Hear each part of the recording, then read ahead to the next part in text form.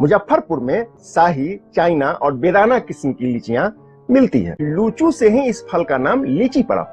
इसके पेड़ की ऊंचाई 4 से 12 मीटर तक होती है। फरवरी में पेड़ पर मंजर निकल आती है और मार्च में फल दिखाई पड़ने लगते हैं। वैसे यह रस भरी लीची 15 मई तक पकना शुरू हो जाता है। लीची के बगीचों से किसान को प्रति हेक्टेयर 20,000 रुपए से अधिक का शुद्ध लाभ हो जाता है। लीची में कैल्शियम, फास्फोरस, मैग्नीशियम जैसे मिनरल्स पाए जाते हैं।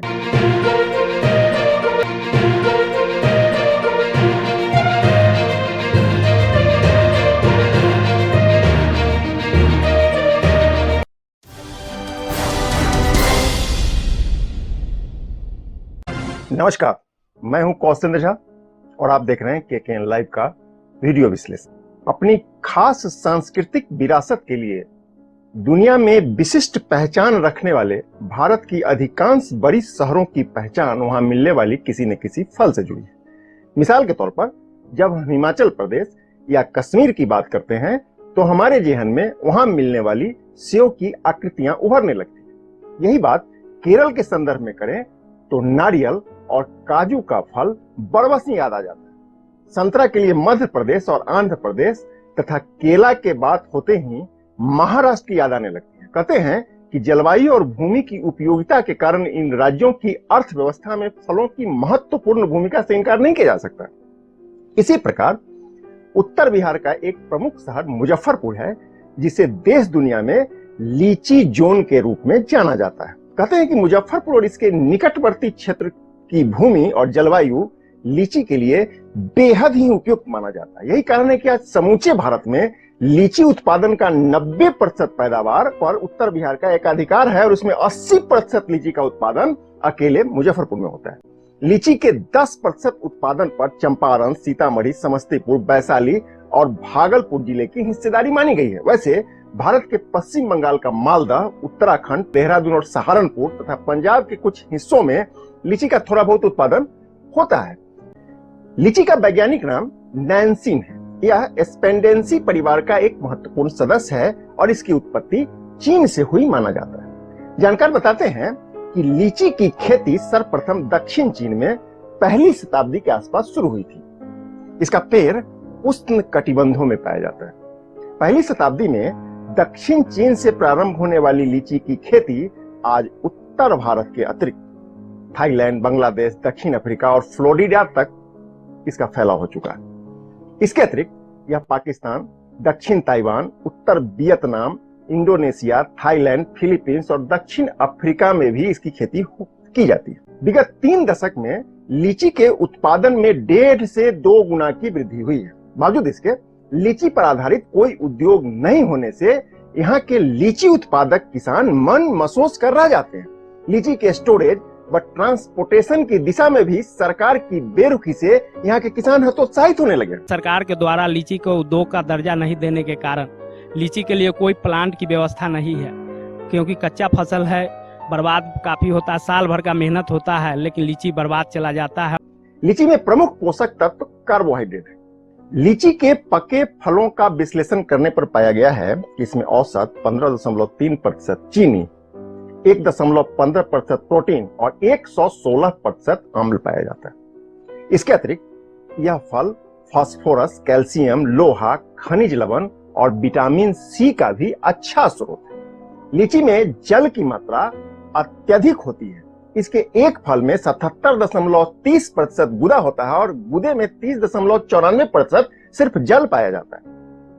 लीची में विटामिन सी अधिक पाया जाता है, जो हमारे त्वचा और हमारे शरीर की प्रतिरक्षा प्रणाली को मजबूत करता है। इतना ही नहीं बल्कि लीची खाने से शरीर का रक्त विकार कम होने लगता है। रिसर्च से पता चला है कि लीची में ब्रेस्ट कैंसर को रोकने की विशेषता पाई जाती है। लीची में डाइटरी फाइबर अच्छी मात्रा में पाया जाता है, जो हमारे पाचन तंत्र को दुरुस्त करता है। लीची एक प्रकार का एंटीऑक्सीडेंट भी है, जो हमारे शरीर में होने वाली बीमारी को रोकता है। लीची खाने से शरीर का ब्लड प्रेशर स्थिर रहता है। लीची हृदय की धड़कन को भी मजबूती प्रदान करता है। लीची को शरबत, फ्रूट सलाद और आइसक्रीम के साथ खाने का रिवाज रहा है, लेकिन चीन में इसे अनेक मांसाहारी व्यंजनों के साथ भी सम्मिलित किया जाता है। चीनी संस्कृति में लीची का बहुत महत्वपूर्ण स्थान है। चीन में यह घनिष्ठ पारिवारिक संबंधों का प्रतीक के रूप में माना जाता है। चीन के लूचू द्वीप में इसका अत्यधिक उत्पादन होता है। लगता है कि लूचू से ही इस फल का नाम लीची पड़ा। इसके पेड़ की ऊंचाई 4 से 12 मीटर तक होती है।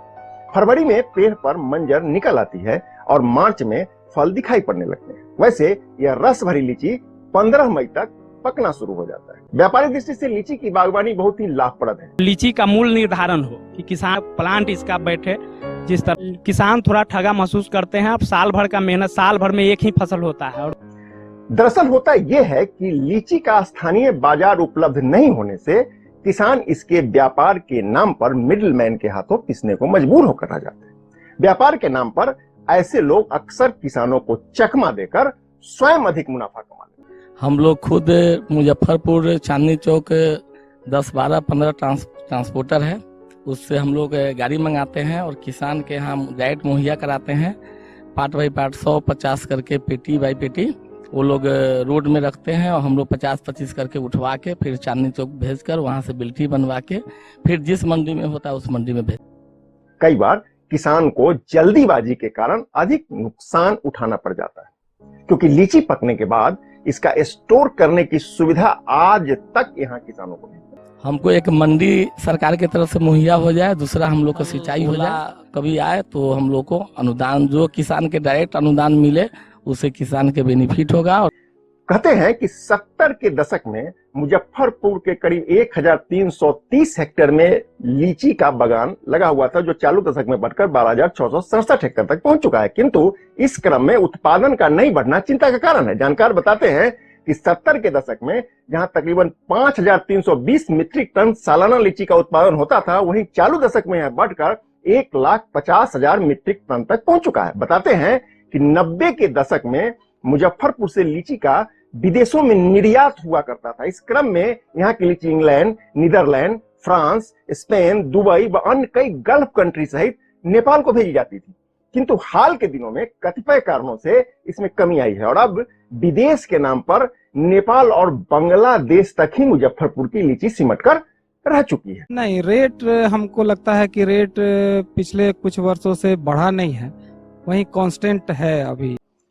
बहरहाल आप इस रस भरी देसी रसगुल्ला का भरपूर लुत्फ लीजिए और मुझे बताइए कैसी लगी हमारी ये रिपोर्ट। मुझे आपके जवाब का इंतजार रहेगा, क्योंकि हम दिखाते हैं खबरों की खबर, लीक से हटकर खबर। KKN लाइव यानी भरोसा सभी का।